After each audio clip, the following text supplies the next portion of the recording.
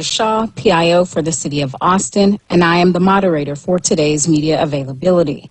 Spanish interpretation is available on ATXN 3. To start, Austin Public Health Director Stephanie Hayden Howard will first say a few words, followed by Dr. Mark Escott, Interim Austin Travis County Health Authority, followed by Janet Pichette, Austin Public Health Chief Epidemiologist. We will then open it up to the pool reporter, who will ask questions on behalf of the media. Stephanie, over to you. Good morning. Today, we celebrate our first year anniversary that we opened the department's operations center. As we think about 1 year anniversary celebrations, it is always a bittersweet anniversary for us. There are things to celebrate that we have established and really solidified our relationships across the city and with partners that don't work for the City of Austin, but have their roles here in Austin and Travis County. We must acknowledge the Austin Public Health staff, the staff that began this process a year ago, began monitoring and working with the Department of State Health Services as well as the Centers for Disease Control. It is bittersweet because most of us have folks that we personally know who have suffered from COVID-19, and we have folks that have died because of complications. The vaccine is here, and we are very excited about the vaccine, but we know it is in limited supply. So we are really calling for everyone to really think about, as you think about this weekend and thinking about Super Bowl weekend, our hope is that you stay home, you don't have parties with people that don't live in your home, and you continue to do the things that we have asked you to do. You all have worked with us so hard, and I know everyone has had to make sacrifices, but we have to be at a point where we all stay the course. We must continue to wear our mask, watch our distance, wash our hands, and if we're not feeling well, please stay home and make sure that you take a COVID test. At this time, I will transition over to Dr. Escott. Thank you. Thank you, Stephanie. I want to reiterate the thanks to our staff and to all our partner agencies who've been along with us for this 1 year COVID-19 response. It has been a difficult year for all of us. But our team has done a fantastic job at navigating this response, and our partners have done a fantastic job as well. That all government, all community spirit in Central Texas and Austin and Travis County has led us to be successful in this response. We have to continue that process. We have to continue to work together over the next 6 months or so that we can get past and move back to more normalcy for our community. But I want to be very clear about something. The weekly allocations that we receive for vaccine are small. It's 12,000 a week. This week, we had more than 150,000 individuals who currently qualify as 1B on the list with Austin Public Health to receive the vaccine. 550,000 people are on the list to receive the vaccine total. The point I'm trying to make here is that we have a limited supply, and the vast majority of people who are waiting for a vaccine are going to have to wait for weeks or months to get that. But we have to recognize as a community that right now, there are some people who need the vaccine more than others do. They need the vaccine because they're at higher risk for contracting the disease. They need the vaccine now because they're at higher risk for severe disease and for death from COVID-19. So if your neighbor is able to get a shot and you are not, that is good for this community. We hope that we can provide all people with a vaccine, either through Austin Public Health or one of our partners, in the coming months, but it is going to take us a while. So we ask for your patience. We ask you to continue to do those things which we know can protect you. The vaccine is one option. It's a great option for protection. But these masks, the distancing, the hand hygiene also work very well. We need people to stay the course. We need people to continue the vigilance to get us out of the current surge and ensure that we can decrease the deaths, decrease the hospitalizations, and ultimately save many lives. With that, I'll pass it over to Janet Pichette. Good morning, everyone. I do want to remind people that as of today, or as of Wednesday, the Austin Public Health has received its first confirmed case of the UK variant within Travis County. And I just want people to be mindful that we anticipated that this would happen as far as various variants circulating in our community, but it does serve as a reminder that we do need to continue with those non-pharmaceutical interventions that are life-saving in protecting us and from disease transmission risks, and that is making sure we wear our masks, making sure we wash our hands and avoid touching our face, making sure that we socially distance from others, and if you're ill, you need to stay home. Again, we are optimistic and hopeful that we do have vaccine on our horizon.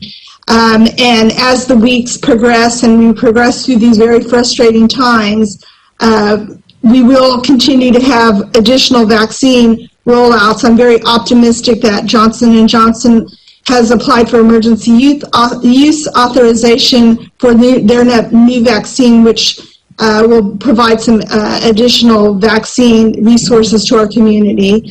So until we are able to get to the point where we have plenty of vaccine in our community, we need to continue with these non-pharmaceutical interventions that we have been discussing over the year to make sure we protect and reduce transmission risk.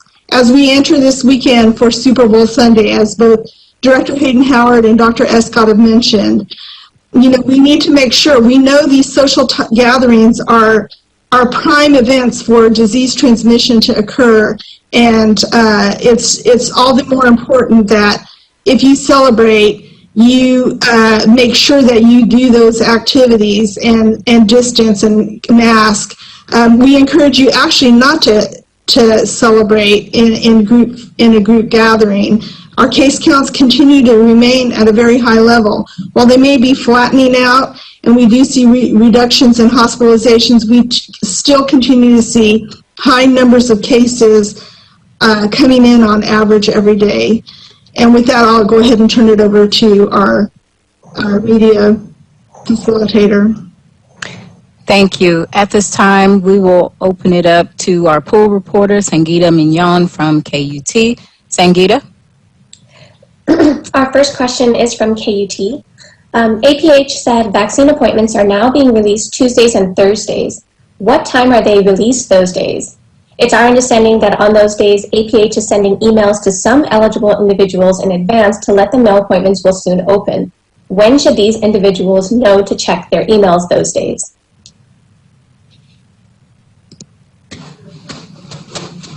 Yes, that is correct. We will be releasing appointments on Tuesday and Thursday. The times will vary. In addition to the Tuesday, Thursday release, our goal is because we want to make sure that individuals that may have registered when the system was first operating, we are reaching out to them proactively. In addition to that, we're also reaching out to individuals that are 80 years of age and older. And so our goal is that we definitely want to make sure that we offer them the opportunity. And so typically it would happen the day before. They would see an email the day before that signifies that we would want them to log in on Tuesday or Thursday.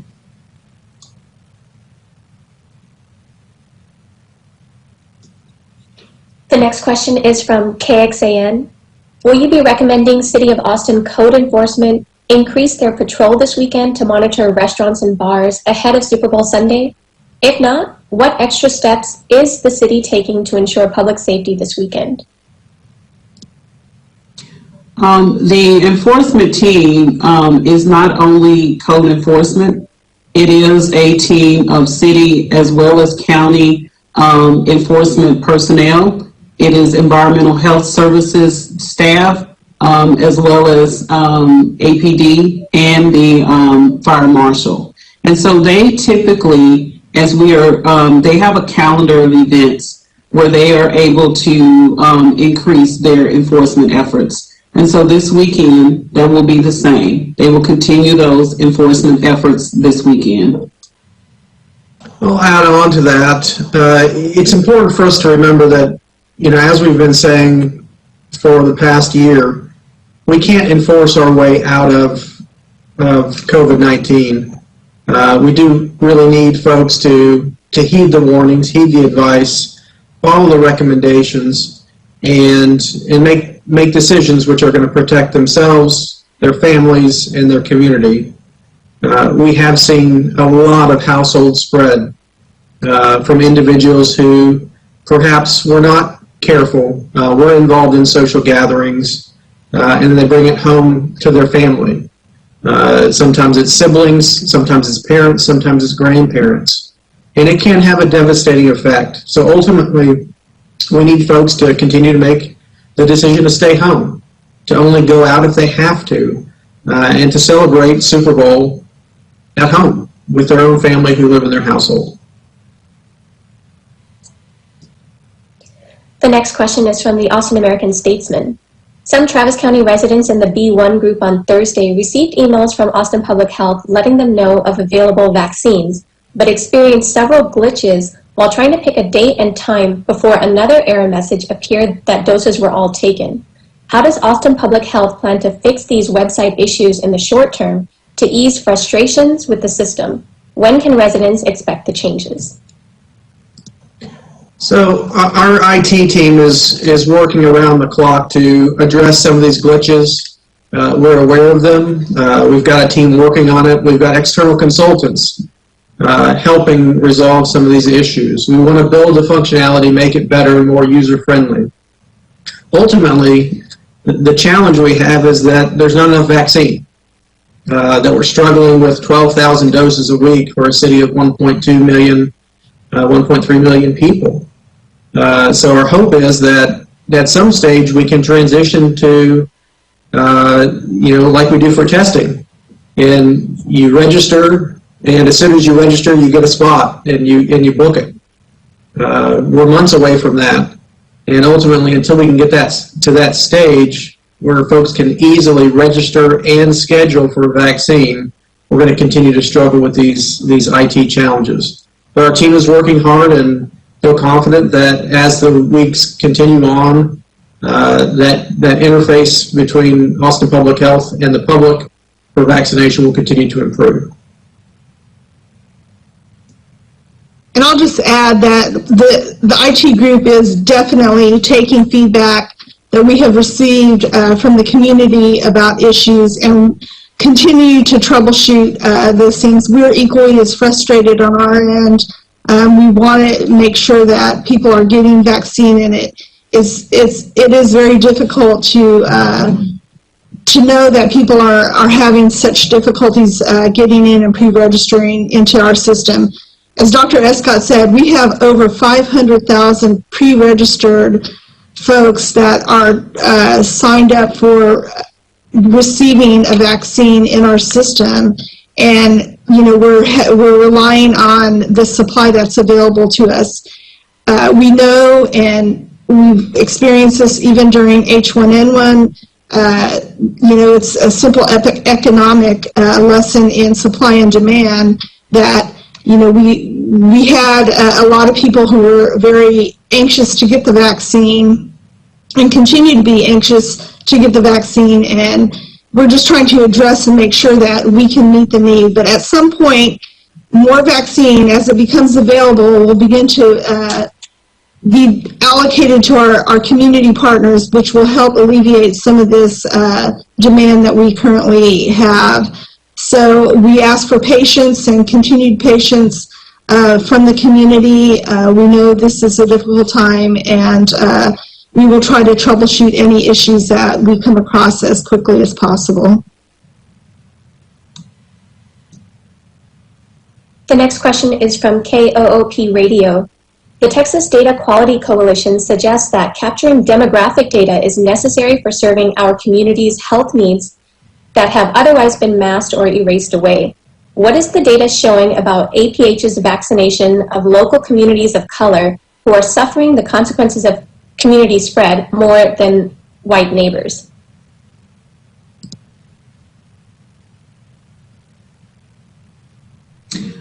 We have provided the initial data about 2 or 3 weeks ago to our elected officials and made that information public. What we also know is that there have to be intentional strategies to be able to reach folks that have been disproportionately represented in the data. And so with the combination of the strategies of the outreach folks that are working for us, that have a mini grant, as well as our other established partners, those strategies are going to make sure that we are meeting the demands of providing vaccines to communities of color. Let me add on to that. One of the things that we have to keep in mind in Travis County, in Texas, across the United States, is that the demographics for older individuals, 65 plus years old, look much different from the demographics for younger folks. So we've got to be very careful about interpreting the equity of allocation right now based on race and ethnicity, because right now the national priority is older individuals. I can tell you that in our community, in the state, across the country, that group is predominantly white, not Hispanic, not African American. The percentages of those other race and ethnicities are much smaller the older you get. This is due to some of the underlying social determinants of health that lead to a shorter life expectancy for our communities of color. Yet, I think, again, provides a reminder to all of us that life expectancy is not equal in this country. It reminds us that we have to continue to focus efforts on strengthening the availability of access to health care and the other resources that are necessary to maintain one's health and increase the life expectancy for our communities of color.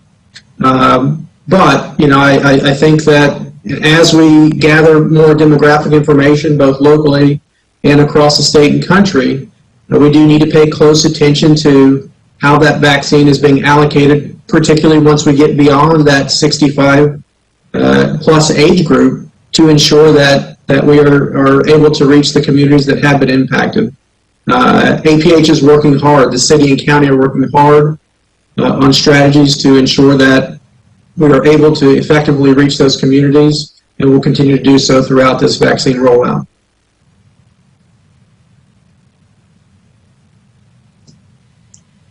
The next question is from Community Impact. Is Austin Public Health's new phone bank up and running yet?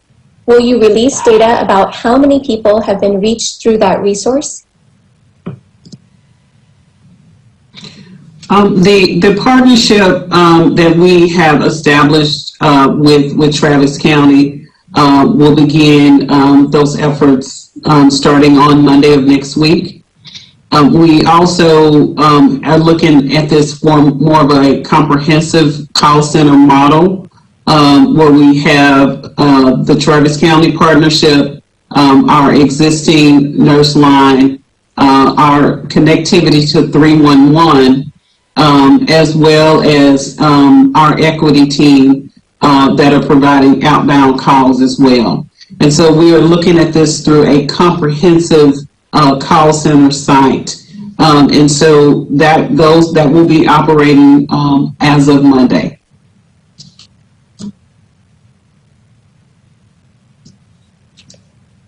The next question is from KView. If the Johnson & Johnson vaccine receives emergency authorization, how could that impact vaccine distribution in Texas? Well, I'm happy to take that one. We're all anxiously awaiting that hearing on February 26th, where the FDA will consider the application. We're anxious to see the detailed data associated with that submission. But ultimately, this can have a profound impact on our ability to vaccinate people for a couple of reasons. Number one, it has the potential of increasing the availability of vaccines substantially. The indications that we have is that probably the initial allocations will be on the small side, but that Johnson & Johnson has the ability to rapidly expand that. The other big factor that we have here is that it's a single dose. A one shot and you're done. And that certainly makes the logistics of delivering vaccine much easier. It makes it much easier for it to be distributed to the 350 providers that have signed up to provide vaccines in the county. It makes it easier to have vaccination sites at churches and schools and other places because it only requires refrigeration. So it is going to be a game changer if it is approved, and certainly we are excited about it. I know there's some concerns that have been expressed about the efficacy. 66% for the overall population tested, 72% for the arm that was studied in the United States. But ultimately, we have to understand that the total protection is not the only part of the story and may not be the most important part of the story. The fact is that the data we've received so far is that it's 85% effective at preventing severe disease at 28 days. And at 49 days, it's 100% protective against that severe disease. So it is a very effective vaccine. It takes a little bit longer than the other two to achieve that high level of efficacy, but it does come, and certainly because it's a single shot, it certainly allows us to would allow us to provide a much larger and quicker ability to vaccinate the public. The next question is from Univision. Do you have an update on the Johnson & Johnson vaccine and its availability for children ages 11 to 18? Again, we'll have to all be watching the February 26th hearing to determine what the FDA says. We are still waiting on receiving the data submitted to the FDA that's going to be considered. And our hope is that it will add the ability to vaccinate much larger numbers of people in a shorter period of time. So again, we'll all be waiting on the 26th.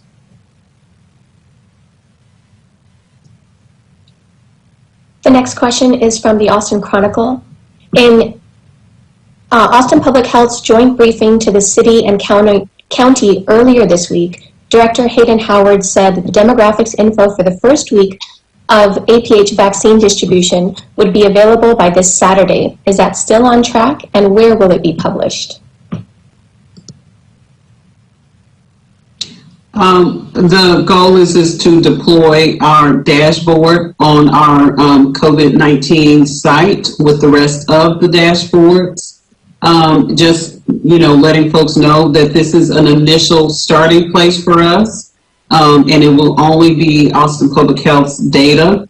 And so the goal is to have that platform up and running tomorrow night. The next question is from KUT. Your website says we are still working with Texas DSHS to understand their process for distributing the second doses of the vaccine. Is that still true, or do you now have a better understanding of the process? Do you have concerns that you'll have to use first dose allocations as second dose ones? I'm happy to take that one. It's 10:56 right now on Friday. We don't have specifics regarding our allocation for Monday. We certainly anticipate continuing to receive an allocation of 12,000, but it's not clear to us yet if we're going to receive 12,000 first doses and 12,000 second doses, or just 12,000 doses for second doses. We have ordered them, both second doses and first doses. And we're hopeful that in the future, DSHS will be in a position to provide more advance notice regarding shipments, as well as multi-week allocations, so that we can start to schedule folks, 2 or 3 weeks out. Part of the frustration that our community is feeling is they don't know when they're going to be able to get a shot. So having even 2 or 3 weeks advance notice where we can schedule people 2 or 3 weeks at a time, we'll start to let people know, can I get one in the next 3 weeks or not? If I can't, okay, I understand that the supply is limited. But part of the challenge that I think our community is facing right now is there's constant frustration because there's too many unknowns. I know DSHS is working hard to streamline the logistics, to get us allocations. Part of that is based upon some uncertainty regarding how much supply is coming to the state each week. But again, we're hopeful that the Biden administration, the manufacturers are going to be able to provide us that advance notice so that we can start to schedule things out in the future. I will say that first doses will be used for first doses, second doses will be used for second doses. That is what's required of the state, and that's what we will follow. And I'll just add that we have, here at Austin Public Health, submitted our paperwork to request second dose allocations of vaccines so that we can begin to roll that vaccine out to individuals who received their first dose through us. Again, we have not received notice that we have that second dose allocation coming to us yet, but as soon as we are aware of that allocation coming to us, we will begin the process of trying to schedule those second dose appointments out. And as Dr. Escott mentioned, I want, our first dose allocations can only be used for first doses. And so we cannot tap into the 12,000 doses that we typically receive each week for the use of second doses. So we made the request for that second dose allocation, and we continue to wait and stand ready to implement rolling out that vaccine once we receive it.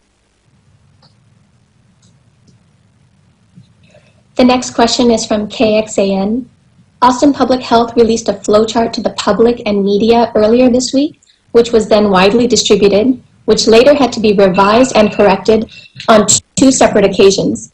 Do you think that is contributing to some of the confusion people are experiencing in the vaccine distribution process? No, that is not adding to the level of confusion. I think that there is a shortage of vaccine, and because there is a shortage of vaccine, and I can't just call my pharmacy or my physician and receive that vaccine, then I am really bothered by that. And so as things change, we know that as things are implemented and things change, we have to make those changes. And so it's important for us that we typically will stamp a date at the bottom of any kind of publication we put out to the public, because we know it is subject to change. And we will also say that things are interim, because we know that as things change, we may need to reevaluate and change that document or guidance.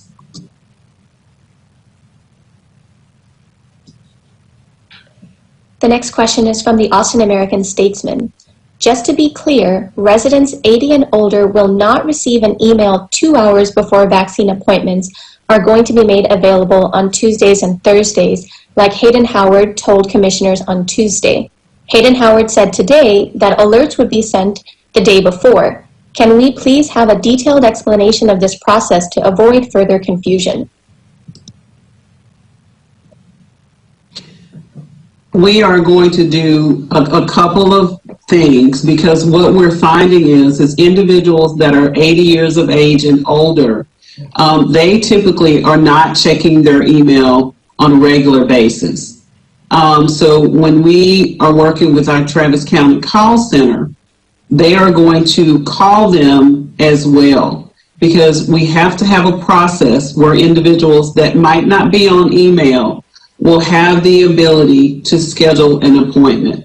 And what we have found is that most of our people that are elderly, even though we are sending them communication and sending it to them ahead of time, they are not checking those emails. And so the second step will be is that we will have a person that will be giving them a call. But I want to caution you all that there in our system, there are over 11,000 people that are 80 years of age and older. So all of them will not be called because we don't have enough vaccine. And so it will be a two-step process, allowing them some time to read the email, and then folks will give them a call. And that will be based upon when they register in the system.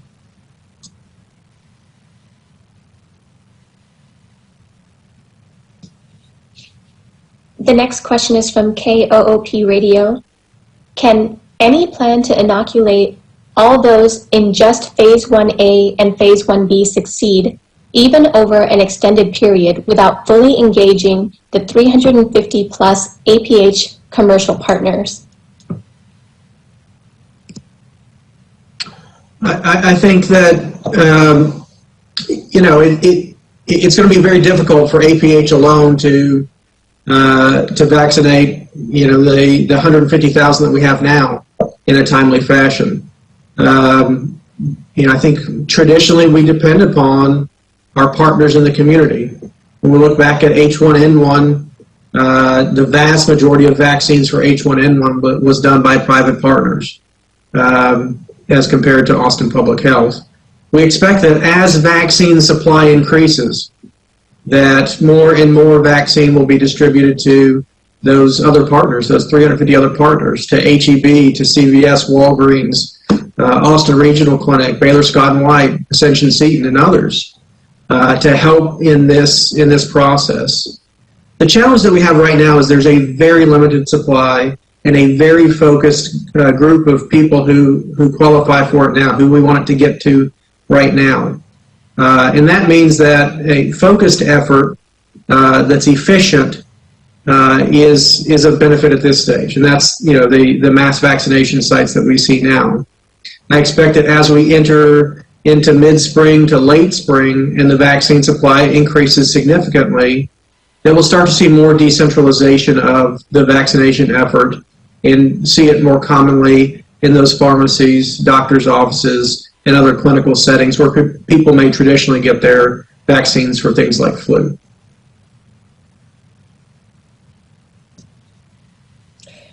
This is the last question coming from KView. In San Antonio, Meals on Wheels is helping the city identify elderly people stuck at home who need the vaccine. Is APH working with any organizations like Meals on Wheels, Central Texas, or any other group to help identify any of the older homebound people that need shots? Austin Public Health is working with several nonprofit partners in order to identify individuals that will need that mobile service to be provided that vaccine. One of the other things that is also a strategy is that we are definitely, because we know that there are some folks that may not be working with a nonprofit organization. And so we are going to use our marketing and media to be able to get the word out, to let individuals know that this is a process that we have similar to what we did for testing. So what we'll do is we'll put that word out using our media outlets, and then as a result of that, and between our partners, our goal will be able to provide those vaccines.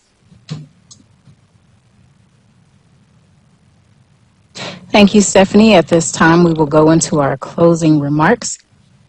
Director Hayden. As we stated earlier, we just want everyone to have patience with us as we are providing the vaccine in the community.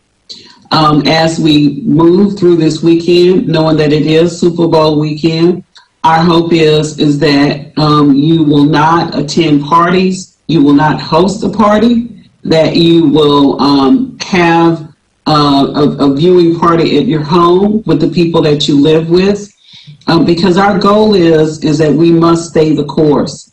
And so, as we said, we're excited about the vaccine, but it is very limited. And so even when people have the vaccine, it's important to know that you still must continue to wear your mask, watch your distance, and wash your hands often. And so please keep those things in mind. Please continue to be a strong partner of public health to keep us all healthy and safe. I'll transition over to Dr. Escott. Once again, it's important to be patient with the vaccine. Recognize that there are folks who need it more than others do at this stage, and to allow them to get the shot. Allow our elderly members of our community to get the shot. Allow folks who have underlying health conditions to get the shot.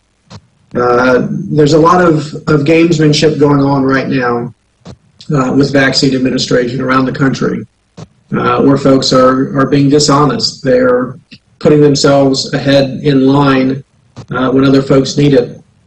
And it's important that as a community we recognize that we are not always first, that sometimes other people need to be in front of us.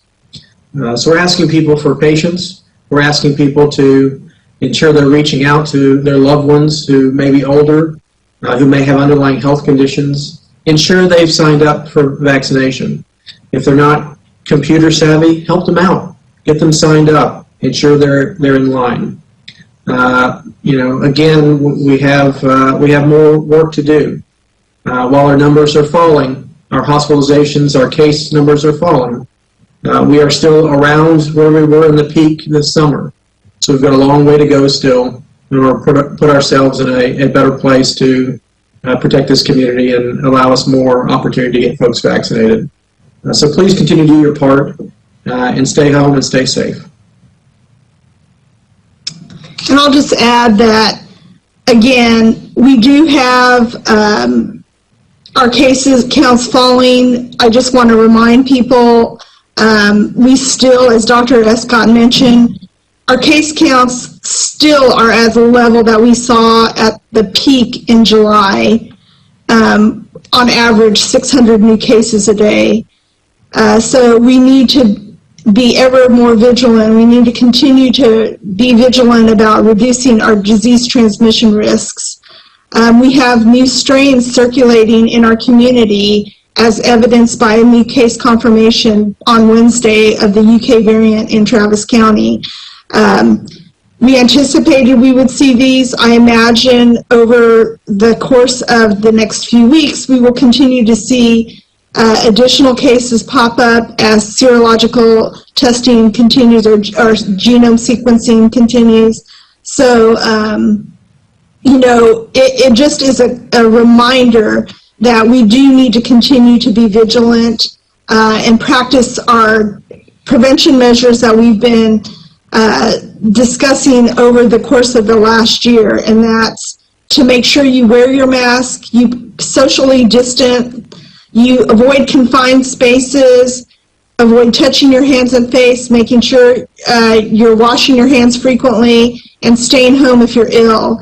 These are things that we know work in preventing disease transmission risks. You know, and if you do celebrate Super Bowl, we, as both Director Haydenhauer and Dr. Escott have mentioned, do it in the safest manner possible, and that would be to watch the game at home with your families in your household and avoid larger social gatherings, which are very common for spreading disease rapidly through the community. Thanks, and have a great Friday. Thank you. That concludes our media availability for today. Thanks to APH Director Stephanie Hayden Howard, Dr. Mark Escott, and Chief Epidemiologist Janet Pichette, along with our pool reporter, Sangeeta Mignon from KUT. Thanks for joining us, and have a safe day.